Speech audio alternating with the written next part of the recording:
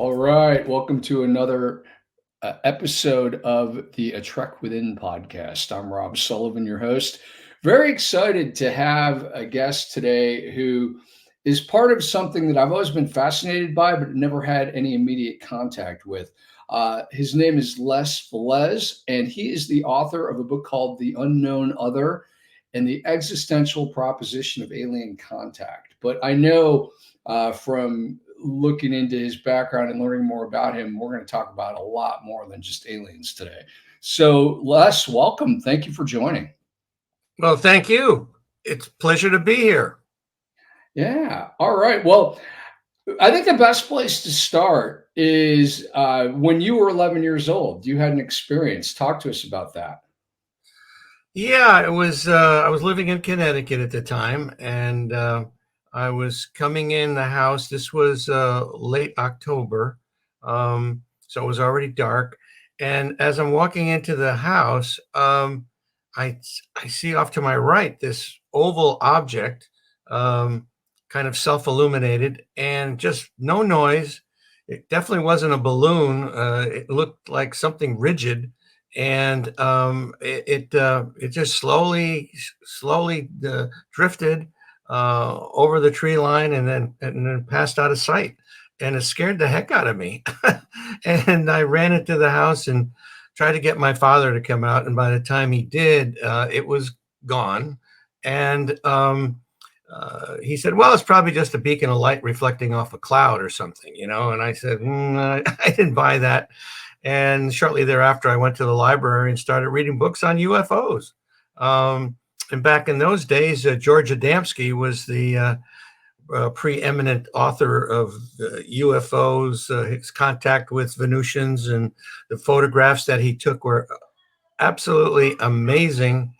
And so um, that kind of got me started for a while, and then it kind of just faded in my life. Went off to college, and was in the ROTC, became an artillery officer, and in 1985, I already subsequently got married and had a couple of children. And in '85, I had an opportunity to buy into a company in California, and so I did that. I moved the family out there, and one day thereafter, I picked up the San Jose Mercury News, as it was called back in those days. Now it's just the Mercury News. That Stanton Freeman, this nuclear physicist, was coming to San Jose City College to talk about UFOs and the government cover-up. Well, it was like somebody threw a switch on me. I said, "Oh my God, I got to go see this guy."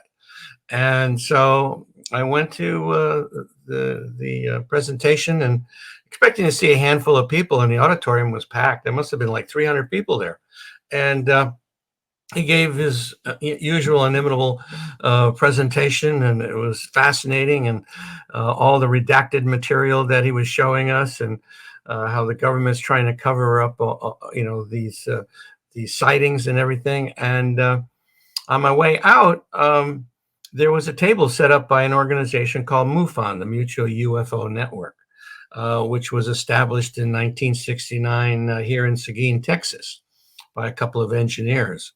And they were basically a nuts and bolts kind of an organization. So they produce a monthly journal. So I decided, okay, I'm gonna get the journal, become a member, and get the journal. And after a while, that wasn't enough for me. I wanted to dig in even further, and so they had a field investigator training course. And so I took the course and passed it, and soon thereafter, I started to investigate cases with another more senior investigator.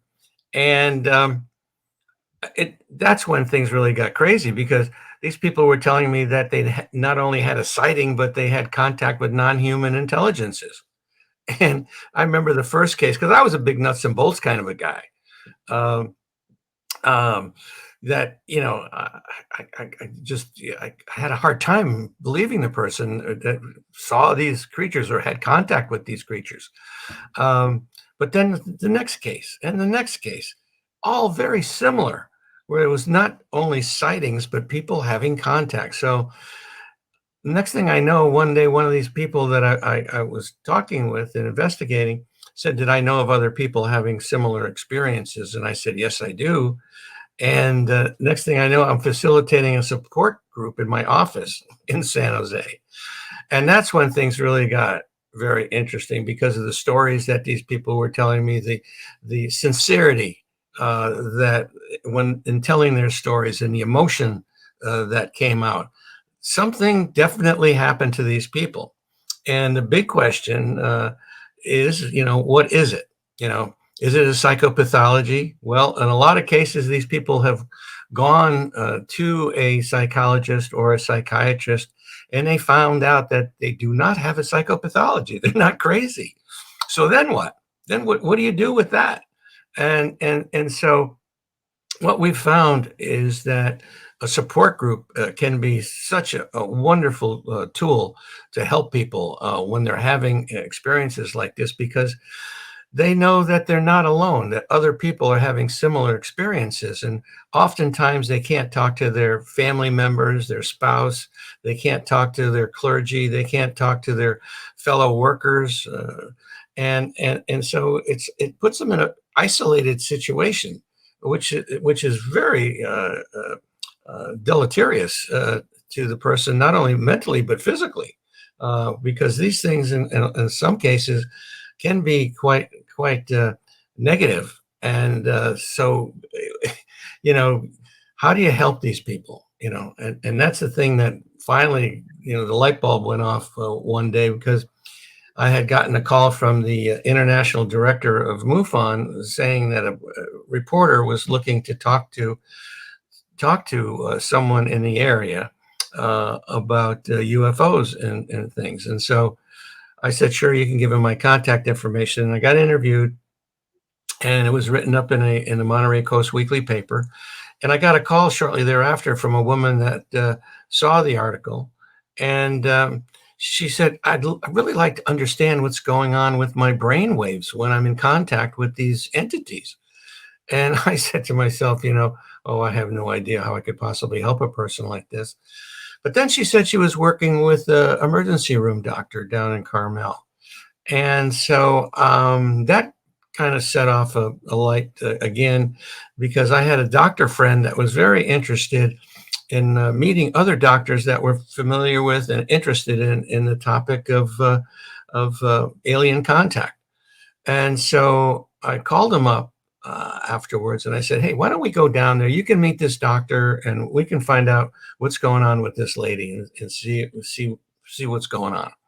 So we did, and it was a Saturday afternoon. We walked into her house, and on the wall there was a picture of her standing on the back of a rather large boat in crystal clear blue waters. And I said to her, "What's that all about?" And she says, "Well, I was down in the Caribbean helping these treasure hunters." And I said, "Oh, really? How were you helping the treasure hunters?" She said, "Well, I was in contact with the captain of the galleon that had gone down." So that started the afternoon off. And subsequently, we found out that after a near death experience that she had, she became very psychic, telepathic, and she started to have these sessions with these entities, and ongoing sessions. And so we came away from that afternoon and saying, how can we possibly help people like that? What can we do? So in 1994, uh, my doctor friend, Dr. Eugene Lipson, who unfortunately has passed away a number of years ago, um, basically decided that we needed to have a nonprofit organization. And as I say, in 1994, OPUS was hatched, the Organization for Paranormal Understanding and Support. And our mission, basically, simply put, is to help people having paranormal experiences. And it's not just UFO related experiences, but it can be spiritual awakening. It can be poltergeist activity. It can be ghosts. It can be demonic. It can be angelic. I mean, the paranormal covers so many bases that I believe are all very much related. And so we've, besides, understanding that, how do we help people? And so what we've set up is a totally confidential online support group where these people can chat with themselves, among themselves 24/7. And we have people from around the world that are talking. I mean, this is a worldwide phenomena that's going on. And the stories that these people tell are absolutely fascinating. But they all have a commonality. They have a real commonality. And so one of the things that we've also wanted to look at is to do some research on this topic. And it actually goes back to like 2007. MUFON came to me to put together a study of people that have had contact versus people that have not had contact. And I got a couple of psychologists together, and we produced a 28-page white paper on the topic, which you can see on our website at opusnetwork.org, where we took 71 people that claimed that they had contact with non-human intelligences and 51 that were didn't have any experience like that, to see what the differences were. Well, what we found out that none of the groups had a psychopathology. All these people were quite sane. And we subjected them to 9 different instruments, psychological instruments, to test what was going on with them. And we found out that their worldview after these experiences changed significantly, that we need to be better stewards of the planet. We need to be more loving, more caring about one another. But in the contact group, we found that their temporal lobe activity was different than the control people. So that's something that we definitely want to continue to follow. And we've just finished the first phase of the omega-4 study, where we actually went out to therapists to get their feelings, their thoughts on all this, because what we're trying to do is to present to therapists tools that they can use when they come in contact with someone like this, how best to work with them. So the second thing overall that we've done is to basically set up a referral network of mental health practitioners and hypnotherapists, that if people are looking for that kind of help, we can also point them in the right direction. And then the last thing that we do is we call our EST, our experiencer support team. These are people that have had a lot of experience in these areas, and do triage with these people, talk to them. So it's not just all, via the internet. There's actually talking going on. And finding out what it is that these people are looking for and how best to help them. Wow. First of all, I want to acknowledge you, because you did just an absolutely fantastic job of what I call tracing your passion, starting from when you were 11 and bringing us up to date on everything that you've been doing and all the signposts along the way. So that's incredible. It's a moment like this that I wish we had a million parallel universes I could actually tap into, because there's so many questions I want to ask. The first one that's been on my mind all day when I first heard the story was the one about the woman who was in touch with the galleon captain. Did they ever find the treasure? Well, that's a good question, because from what I understand, and again, this goes back almost 30 years now, or 30 years ago, that they did find something, but no mother lode, so to speak. They found bits and pieces, but nothing like some of the treasures that have been found there that have been almost billion-dollar finds. Yeah. It's interesting because you tapped into so many of the, maybe it's a little boy thing, from people who grew up around that time, the 70s and whatnot, but the sunken treasure, UFOs, Bermuda Triangle, volcanoes. I was an avid reader of books on all of those types of topics. I even thought about trying to get a job on a treasure ship one time. Oh, wow. just as a scuba diver, which was really fun. One of many things I could have done that just you just can't do everything, unfortunately.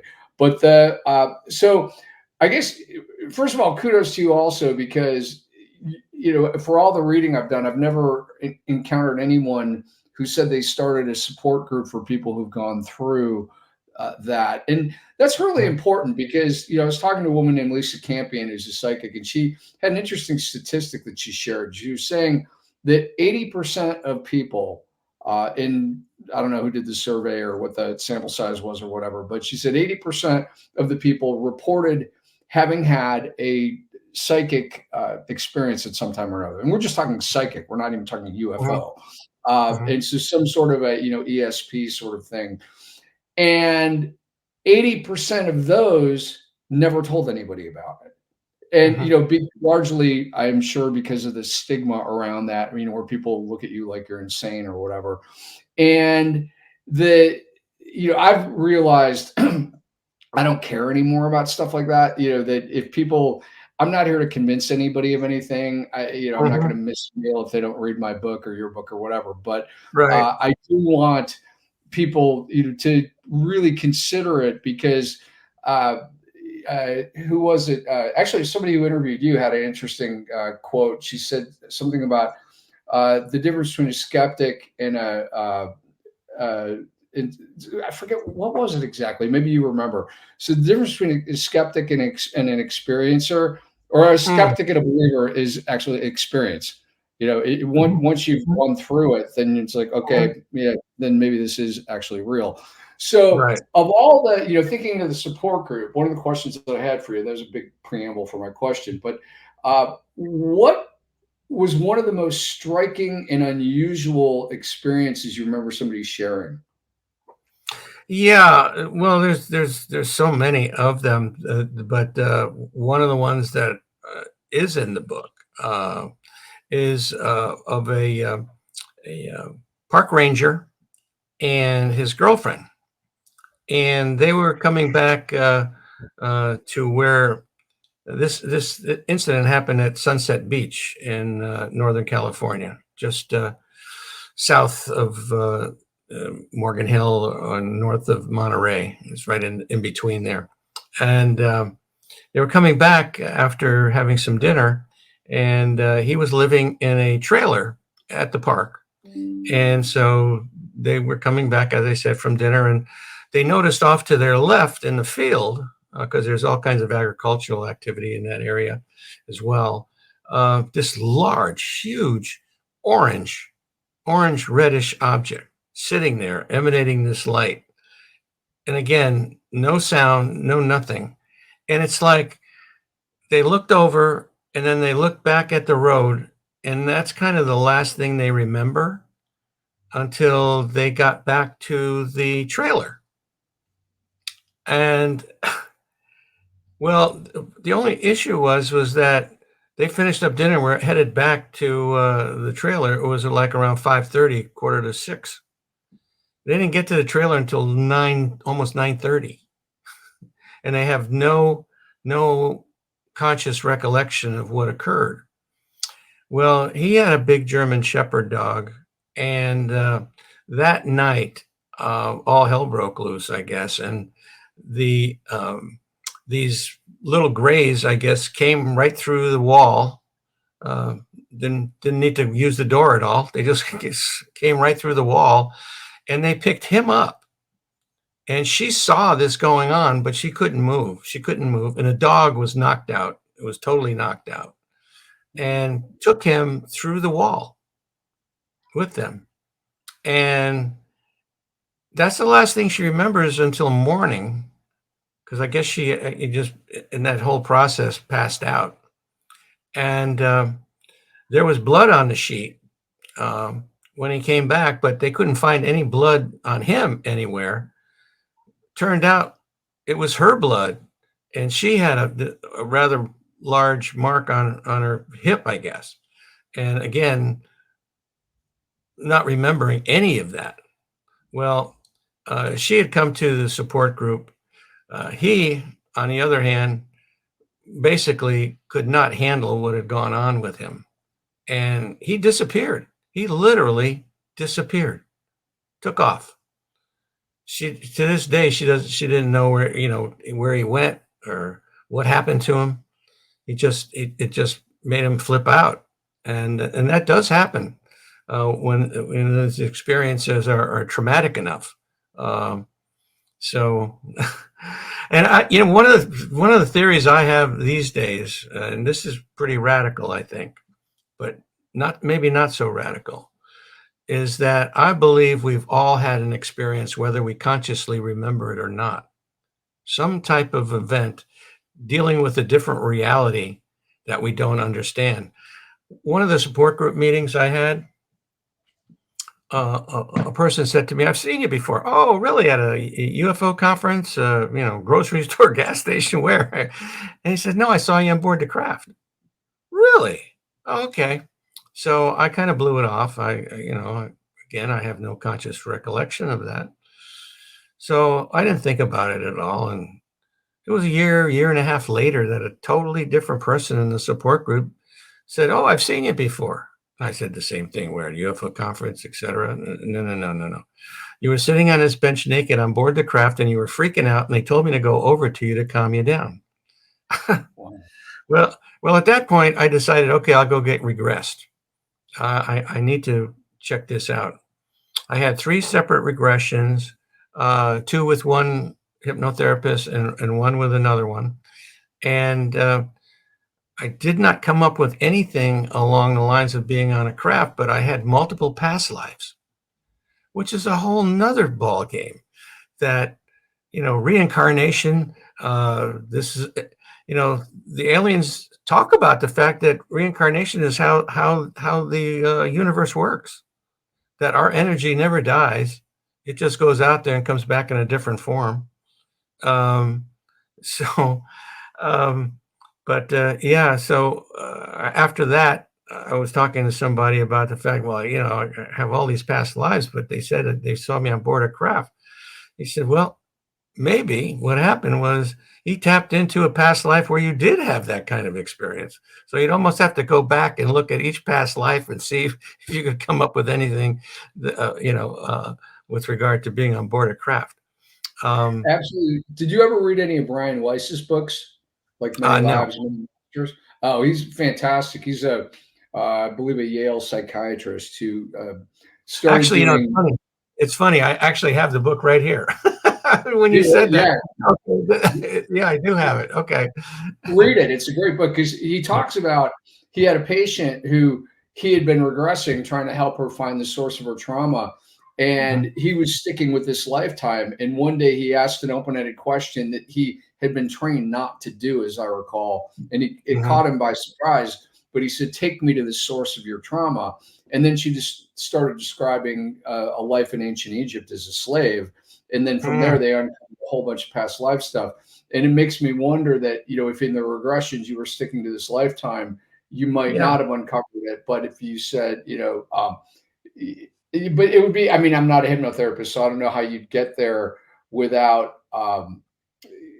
asking a leading question like, "Oh, take me to the craft," which is Yeah. obviously Yeah. not No, going to I work. know. It, it's it's it's tricky. It's tricky, and that's what a lot of people don't appreciate what a good hypnotherapist can do versus one that's not good, and confabulate, you know, lead people and do different things, which is not good. But a good hypnotherapist, and the type of um,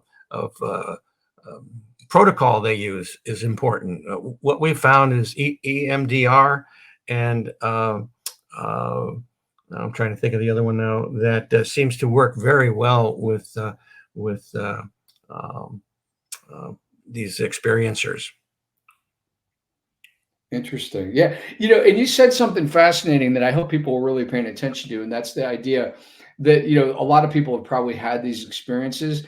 And I think I would take that theory, not necessarily a step further, but another way of looking at it too is I think about my own life and some of the signposts along the way. And one of the things that jumps out at me are the number of times that I had an interest in something that I found out later was really important in terms of either something that was coming or like a past life. So, for example, I remember in high school psych class, I was fascinated by the videos that our psychology teacher would show us about narcolepsy. Fast forward to when I'm undergrad, psychology major, I decided to write. I had a 20-page research paper to write, and I thought, you know what, I'm going to write it on narcolepsy. That's a really fascinating Mhm. topic for me. Fast forward 6 years later, I was diagnosed with it, and they found out I had all the genes for it. And it's not a super Huh. common sleep disorder. Uh, Wow. you know, and then there's another example, like past life wise, where the first when I started learning guitar, one of the very first songs I learned how to play, this guy named Dave Crossland, who's this amazing singer songwriter, had written a song called "The Ballad of Joseph Schultz," and it's a supposedly based on a true story, although some people say it's not necessarily a true story, but whatever.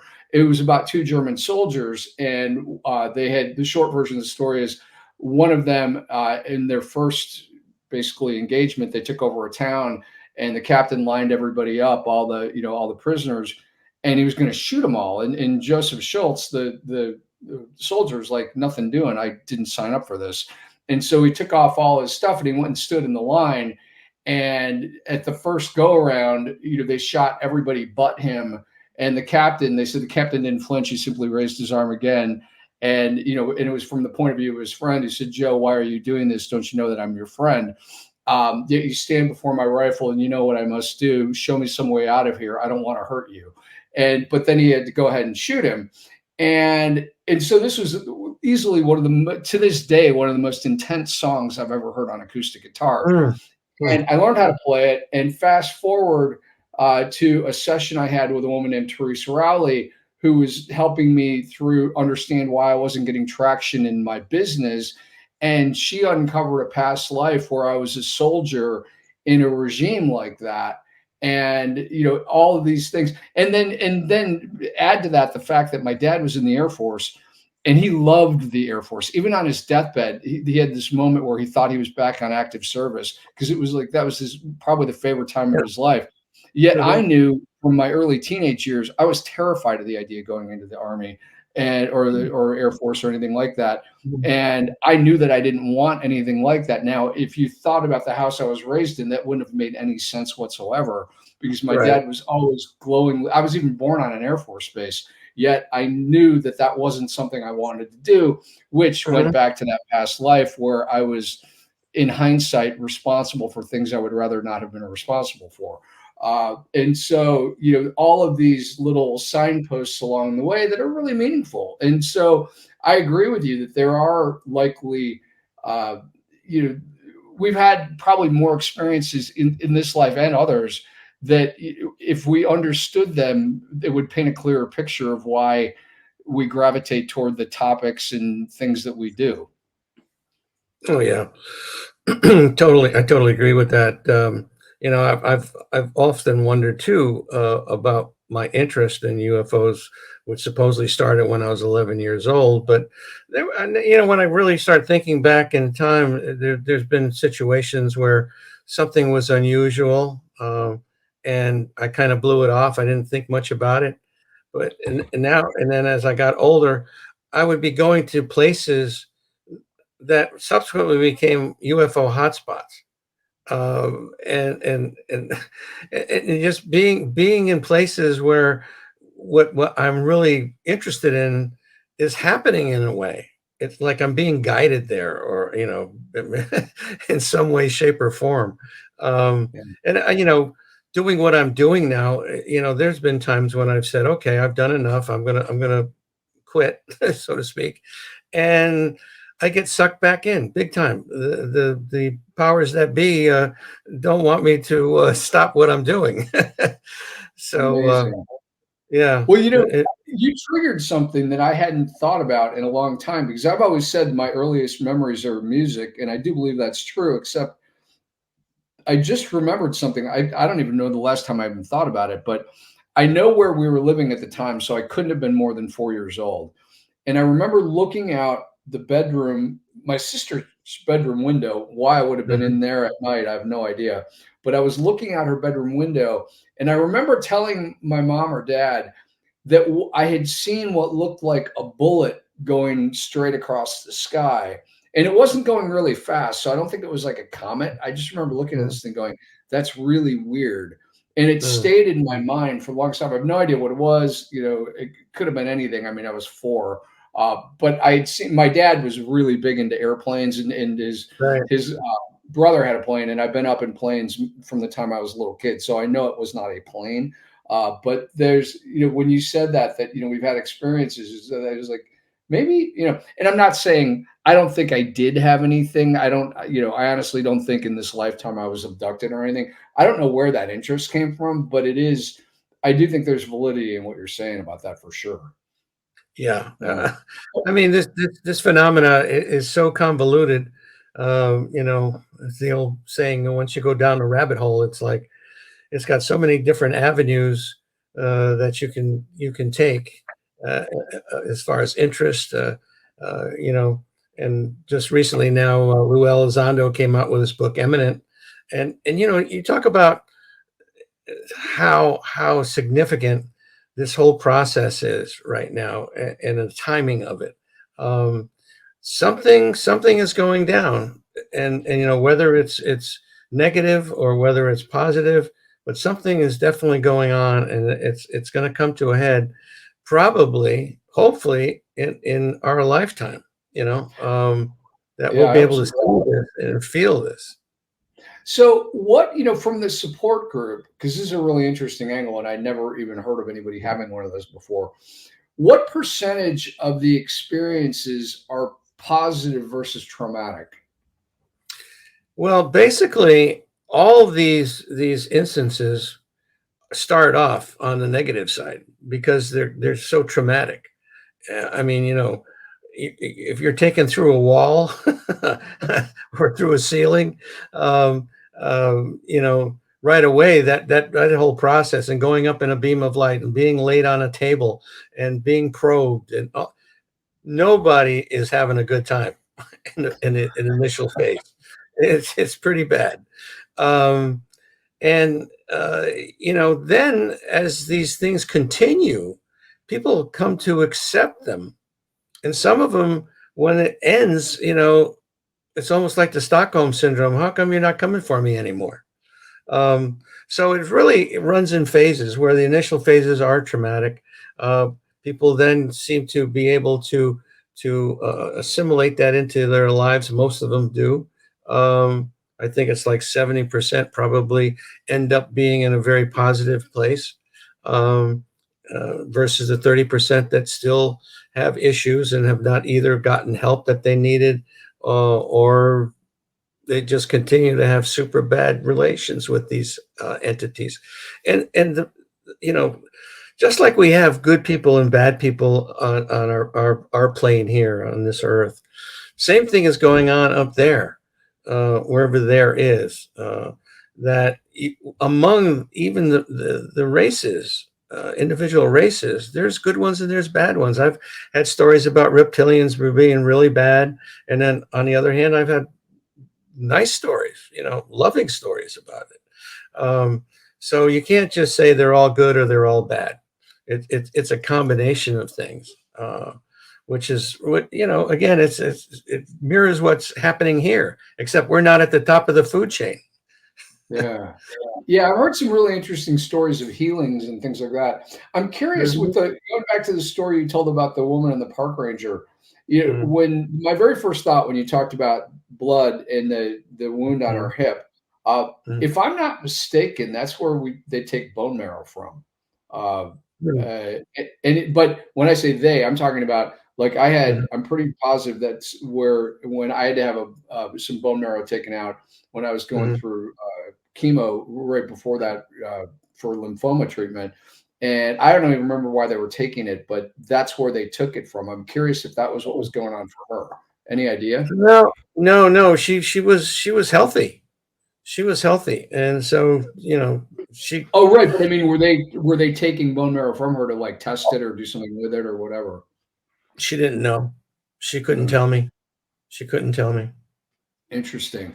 I mean, she Okay, basically oh, go ahead. I'm she, sorry. she, she basically never supposedly went on board the craft. Only her partner. So And And that may we be don't the know. letters on the bed. So, these are some of the things. I mean, we just don't have answers for everything, Yeah. or maybe anything. Yeah, I was just curious if there'd been a regression for her. So, Right. some other questions I had. Have you read, I'm sure you probably have, what's his name? General Corsi's book, The Oh, Day of After course so. Roswell? Yeah, right. Yeah, yeah. What's I your met thought him. on that?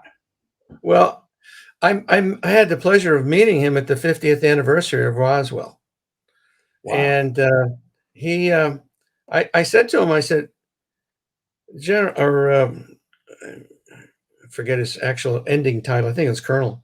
Yeah, Colonel Corso, Oh, and yeah, sorry. yeah, that. I mean, here is a guy. You were in the Eisenhower administration. You were well respected, and now you come out with a book like this, which is really opening up, you to a lot of criticism, um, and and maybe this is going to put a black mark on your reputation and everything. And he said, "Look," he says, "this information has to come out for our children and our grandchildren." When he said it and said it that way, I knew he was absolutely being truthful and honest. So I believe that yes, we have reverse engineered a lot of this stuff that came out of that particular craft that he fed into the military industrial complex, which Eisenhower talked about that we have to be careful about. Yeah. Oh, But I 100% believe that that part was dead on. My issue with that book is not about credibility necessarily, because I think he's obviously incredibly credible, but seems like a weird way to put it. But my issue with that is like any military person, just like, take an attorney. They're trained to study things and to look for problems. People in the military are what I would imagine, like police, have a tendency to view people as having, bad intent or whatever. I don't necessarily think that's true in the case of, if there, put it this way, if there's an other, or if there are other intelligences, and I do believe there are, and they're capable of finding their way here from light years away, Mhm. uh, if they wanted to do harm, they could have done it a long time ago. I Oh, don't think absolutely. that's why they're here. Mhm. And so to assume bad intent, and to assume that we need to protect ourselves from them somehow is as naive as it is stupid, because if they're that far ahead, there's nothing we can do. And I don't think we need to do anything. And so this idea that we need to protect ourselves from them, I thought, I that was the part that I thought was unfortunate, that he didn't seem like he was open to that. Mm. Well, I mean, in Lou Elizondo's book here, Eminent, he talks about that, and the fact that, yeah, are they benevolent? Are they malevolent?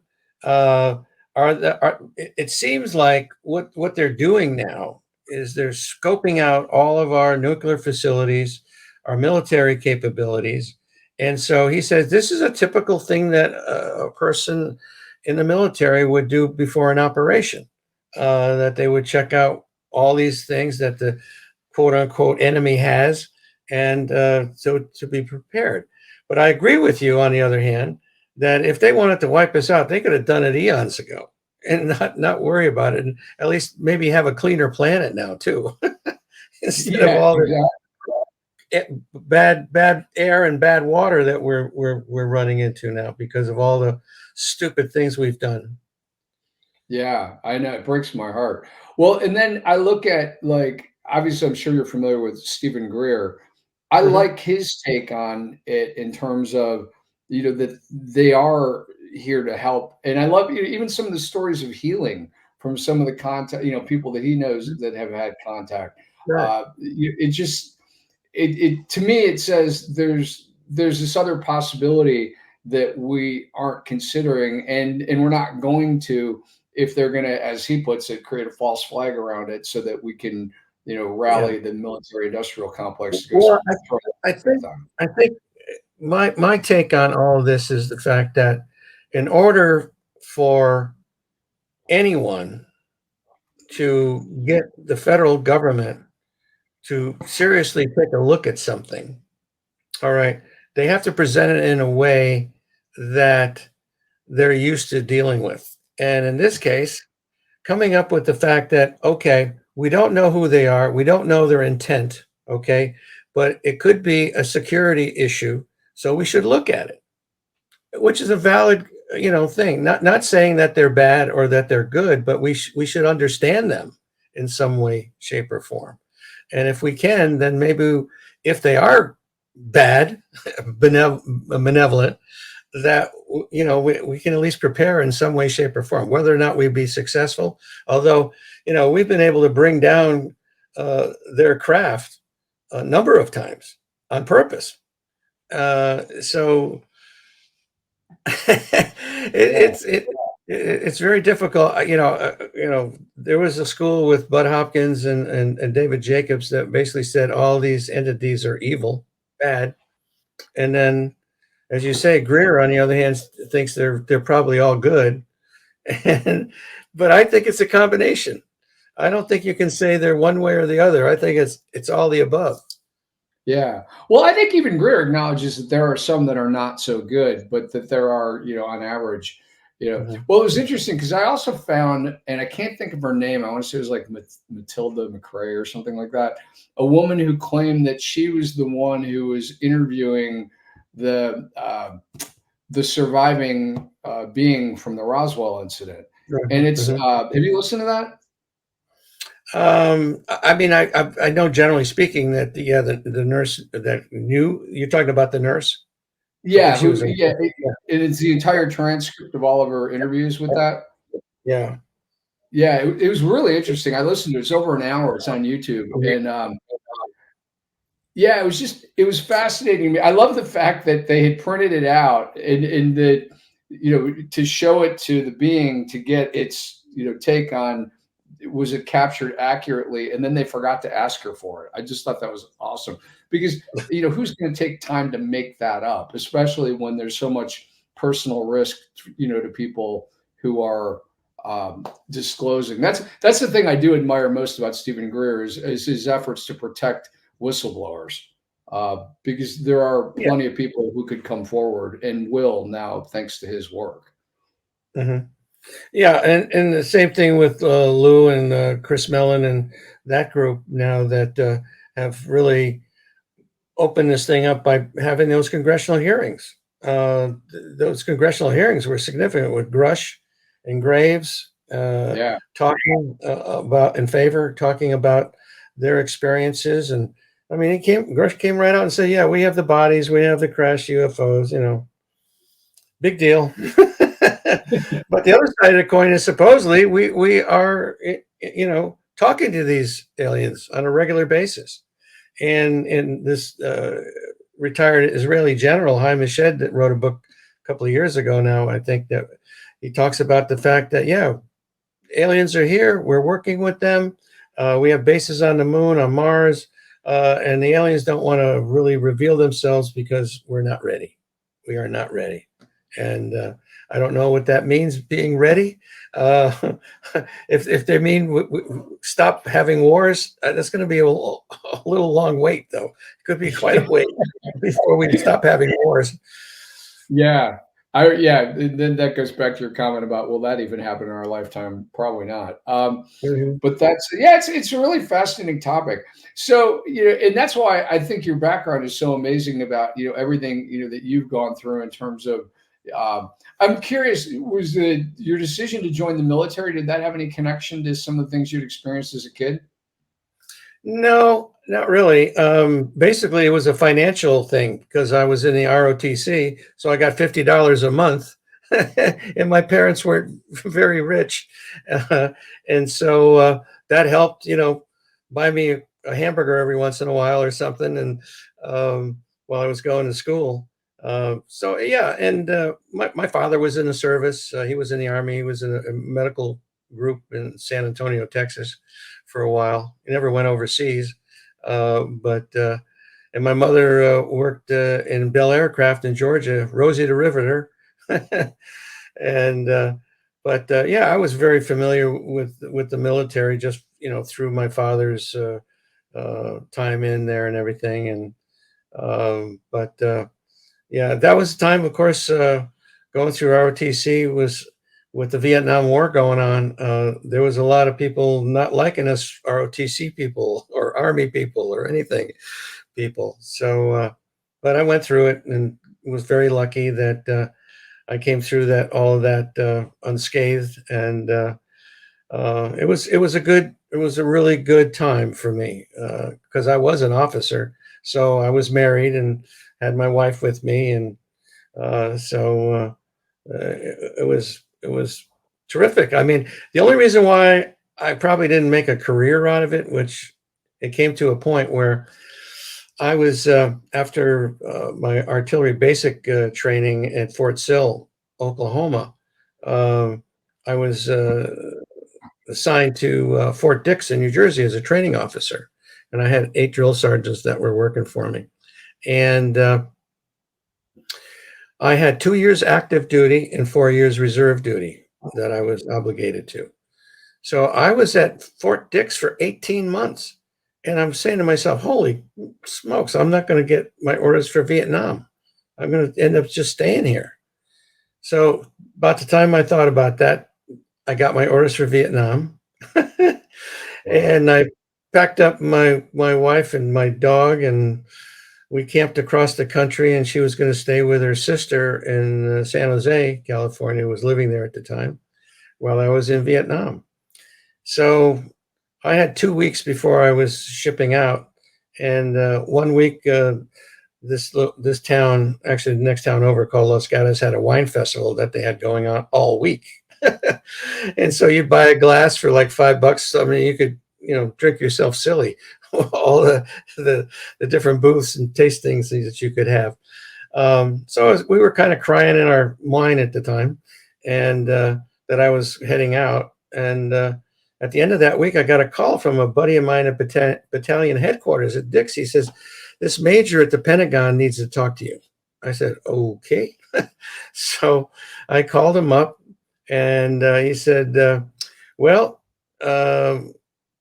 we're rifting officers right now, and so your tour in Vietnam would only be 4 months. Therefore, we have to give you a choice of whether or not you want to go."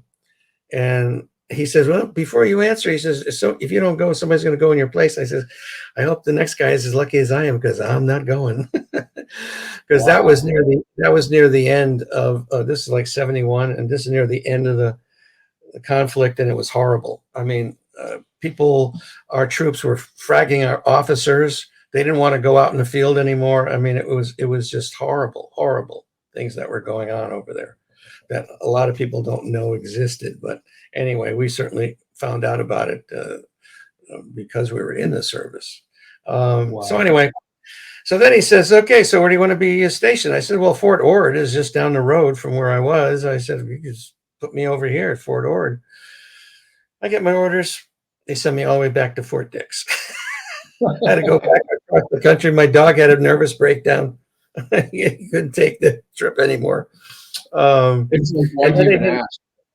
Yeah, and then they didn't have a slot open for me. The only thing that was open was a battalion mess hall officer, and of course I knew nothing about running a mess hall. But luckily, this army is basically run by the master sergeants, and there was a master sergeant sitting behind a desk in the mess hall. And I told him, I said, "Just give me the paperwork to sign. I'll stay out of your way." And he says, "Sir, we have a good understanding. Just, you do your thing, and I'll do mine." I love it. Well, Yeah. thinking about everything that you've done and everything that you've experienced, what haven't you done that you want to do, or what, or another way of looking at that question might be, where do you see, how do you see things evolving for Opus moving forward? Yeah. I think what we're doing, there's a number of things that are actually happening right now. We're involved with grant writing, and then trying to get more money to do other things. That we're also in a process of coming up with a series of educational seminars where therapists can get continuing education credits for these seminars. And talking about how to basically work with experiences, what to look for, and things of that nature. So those are a couple of the major things that we're doing, and it continues to evolve. From where we got started and where we are now, we have a really good team of people. Also on our advisory board, like Linda Moulton Howe is one of our advisory board members, and way back in the very beginning, Bud Hopkins was. And we've known these people that are pretty famous within the ufological field, and just trying to open this up and educate as many people about what's going on, and how to work with these people, and so hopefully in that process we educate the general community too, because with all the shows that have been on and podcasts like yours, and thank you, by the way, for doing what you do, because you're bringing information like this to people that probably don't have a clue about a lot of this type of information that you have on your program. So it's important. And then the shows on TV, oh my goodness, Ancient Aliens, Unidentified, that Lou Elizondo was involved with.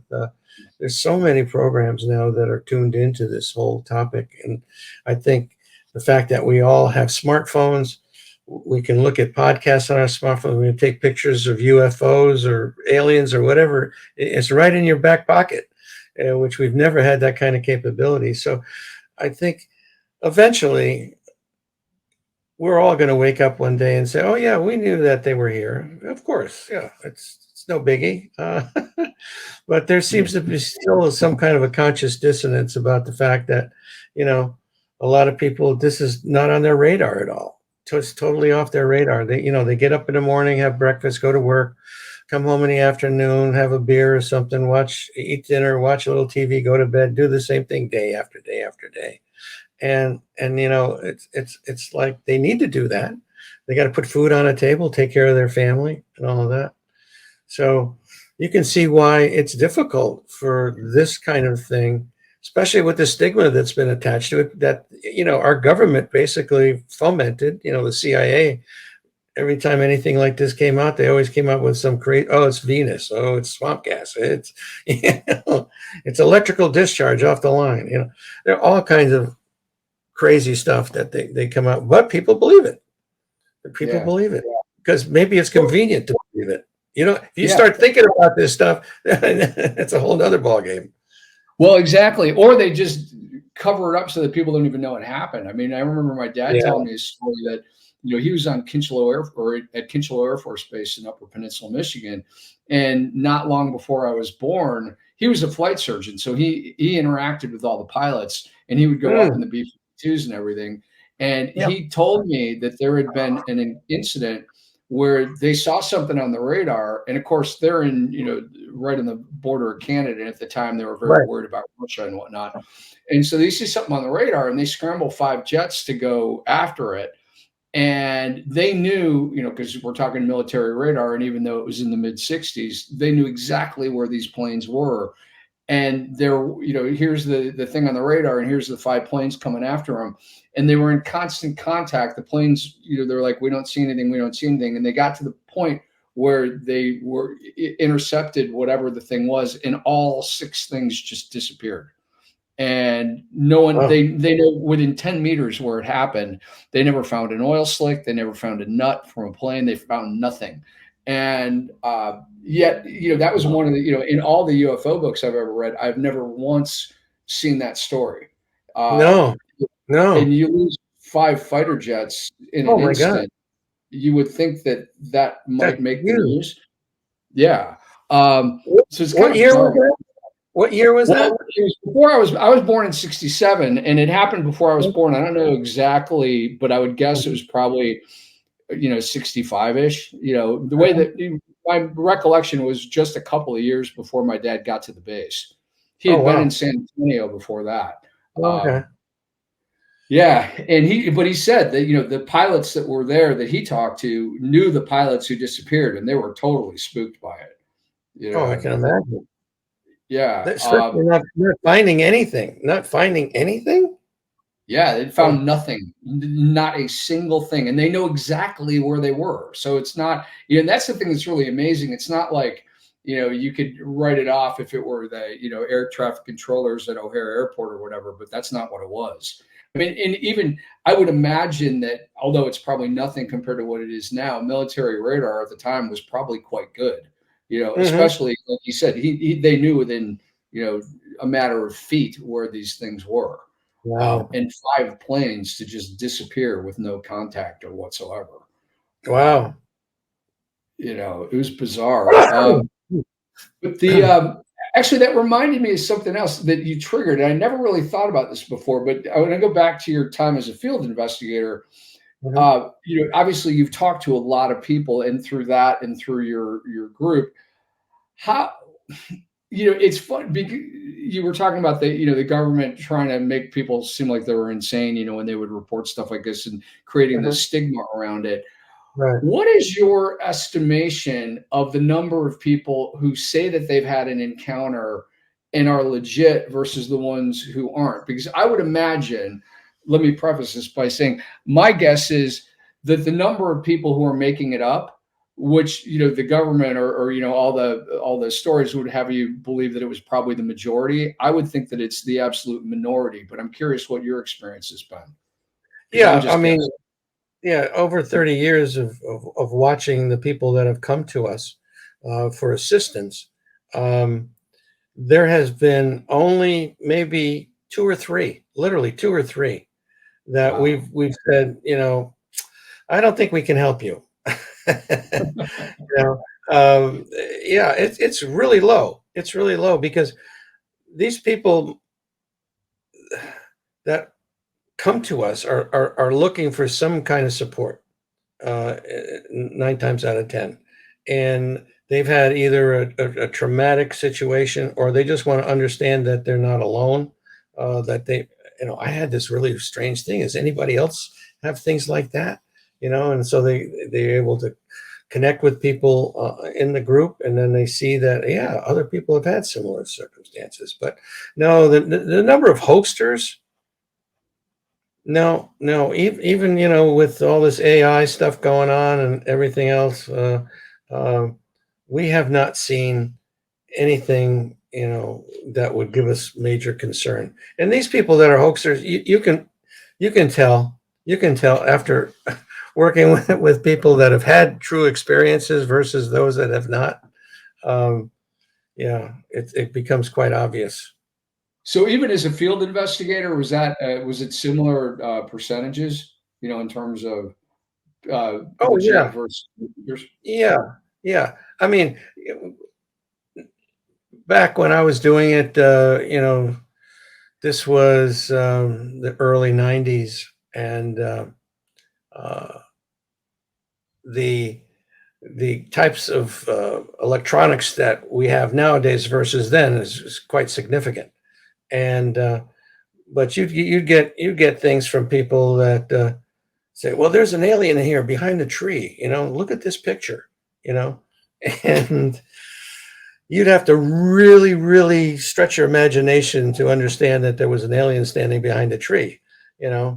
So now, for whatever reason, these people may feel exactly that what they saw was it, and maybe the camera didn't represent it as well, or something along those lines. But I don't get too excited about a lot of the pictures that roll in because they're either super blurry, um, which could be an artifact of these things. In this book, Eminent, that Lou Elizondo wrote, he talks about this bubble that's created around these craft, which can distort light.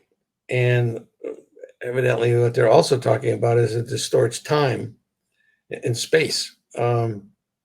So, but that's a whole nother topic. But yeah, so yeah, I've never really had any, people just trying to make stuff up or that have a real psychopathology.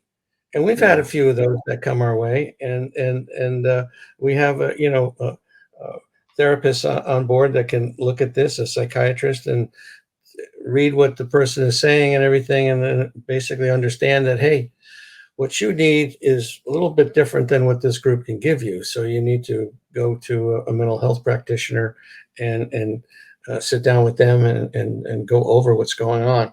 Um, and that happens, but it's a small percentage, very small percentage. Interesting. So I want to be respectful of your time. The last question I was going to ask you is just what didn't I ask that I should have asked? And then, after that, feel free to share anything you want about your book, how people can reach out to you, anything that would be helpful to you, because I Oh, love what you're absolutely. doing. I want to support that. Well, we are always looking for mental health practitioners and licensed mental health practitioners and certified hypnotherapists. We can always use more people like that on our referral list. So, if anyone out there is listening, or if you know of a therapist that might be interested, send them our way. We have our website at opusnetwork.org, where you'll get a real good overview of what we're doing and how we're doing it. And there's a support button on there if you're looking for support. And then there's a contact button on there as well, where you can, if you have something that you want to talk to us about or give us some other information, we'll be happy to do that. We also have recommended reading on there, and a lot of that is tied through Amazon, where you can also get my book that came out 2 years ago called The Unknown Other and the Existential Proposition of Alien Contact, which basically goes over the psychological and physical attributes of these people that claim that they've had contact, and get into much more deeper in the woods as far as the some of the effects that people are exhibiting. We talk about people coming away with psychic abilities, telekinesis, healing capabilities. It's fascinating. All the things that are get wrapped up in this topic. But I think the one thing that we just need to do is just to be good to one another, help each other as best we can, and if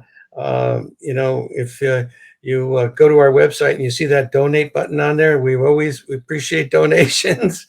That's as a nonprofit, so it's tax deductible, and that helps us do what we're trying to do, or keep doing what we're doing. That's fantastic. I feel compelled to ask, are you also looking for grant writers? As a matter of fact, yeah, sure, we can entertain other people. We have one now actually that's working on it, but sure, more help the better. Yeah, just in case anybody listening is inspired to do Yeah, that, because I know that's a very unique talent. Not every well, writer is a grant writer. right, exactly, Yeah. Well, exactly. yeah, I really appreciate your time, and if you're open to it, and people have questions, I would invite them to write the questions in the comments, get in touch, because it would be fun to have you back on. You touched a Sure. lot of things at the end, like the people who walk away with psychic or healing abilities, and I have Mhm. heard things like that, and I'm sure you've got some incredible stories around that. That's why I wish this could have been a lot longer, but being respectful for your time, respectful of your time rather. I Sure. say let's defer that Uh, to part two if you're open to sure, it. absolutely, Rob. I'd love to be back. It's been great talking to you. Yeah, absolutely. I really appreciate your time. This is fantastic. Thank you. All right. Have a good rest of the day. Thank you. You, sir, as well. Okay. All right. So this has been another episode of the A Trek Within podcast with Les Velez, author of The Unknown Other and the Existential Proposition of Alien Contact. Fascinating guy. I love the opportunity to talk to somebody like that. Is literally a dream come true in a lot of respects, just given my lifelong interest in things like this. So if you liked what you heard, you made it this far, thank you. On behalf of both of us, definitely click the like button, subscribe. It's free to do so. Feel free to share it if you like what you heard. If you've got other ideas for, questions for Les, for example, or other people I should be interviewing on the podcast, definitely let me know. I'm very open to that, because my whole thing is just getting people exposed to very credible, highly intelligent people who have seen things and know things that the average person doesn't necessarily get exposed to, and certainly doesn't have credible contact with. And so to me, it's really important to open people's minds and get them thinking. You can believe it or not, but at least you'll walk away educated and being able to make a better choice about what you do believe. So thank you again. And all I can say is the usual, to be continued.